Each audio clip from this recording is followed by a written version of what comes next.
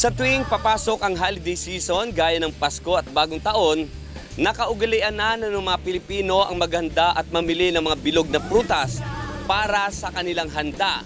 Kaya alamin natin kung magkano ang presyo ng mga prutas dito sa Abby's Fruit Stand. Okay, so titignan natin yon. Katulad nito, typical na bilog na prutas, itong mansanas, meron silang itong Fuji apples na 400, meron din silang 3 for 100 sa kanilang orange. At dito naman, yung medyo malalaki, 3 for 100 dito sa Fuji apple. At meron din silang 3 for 50 pesos, 3 piraso. At ang kanilang green apple, ito, from Australia, is 50 pesos 1 piraso. Ang kanilang pongkan ay nasa 400, tapos yung kanilang lemon is 3 for 50, 300 sa peras. Dito sa pinakamalaking Fuji apple naman, 50 pesos isa. At itong Muscat Australian grapes is nasa 300 pesos. At ang kanilang seedless, yung nakabitin kanina, tsaka ito nasa baba, ay nasa 250 pesos. Ang kanilang kiat-kiat ay nasa 80 pesos.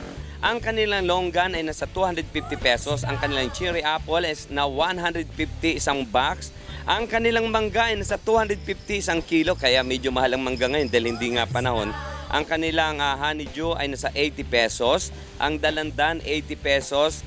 Ang kanilang pinya ay nasa 120 hanggang 100 pesos. Ngayon kasama natin si Abigail Francisco. Ma'am, kumusta po ang benta ngayon dito sa Sangitan?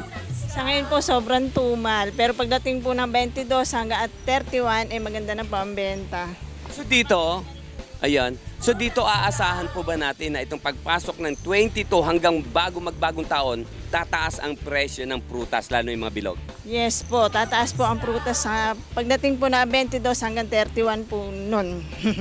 Ayun. So, paano po natin masisiguro na yung mga prutas natin ay sariwa at bago, ano? So, paano po yung assurance ng ating mga customer?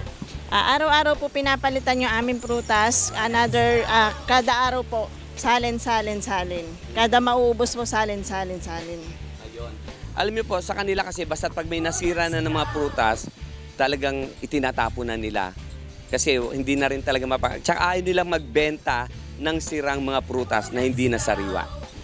So gaya nga ng sabi ni Ate Abigail, aasahan natin na tataas ang presyo ng prutas. Kaya ngayon pa lang, mamili na po tayo. At yan ang ating presyong palengke kasama si Jerome Tikia at si Jeremy Ramos. Smiles of Petron III para sa Balitang Unang Sigaw.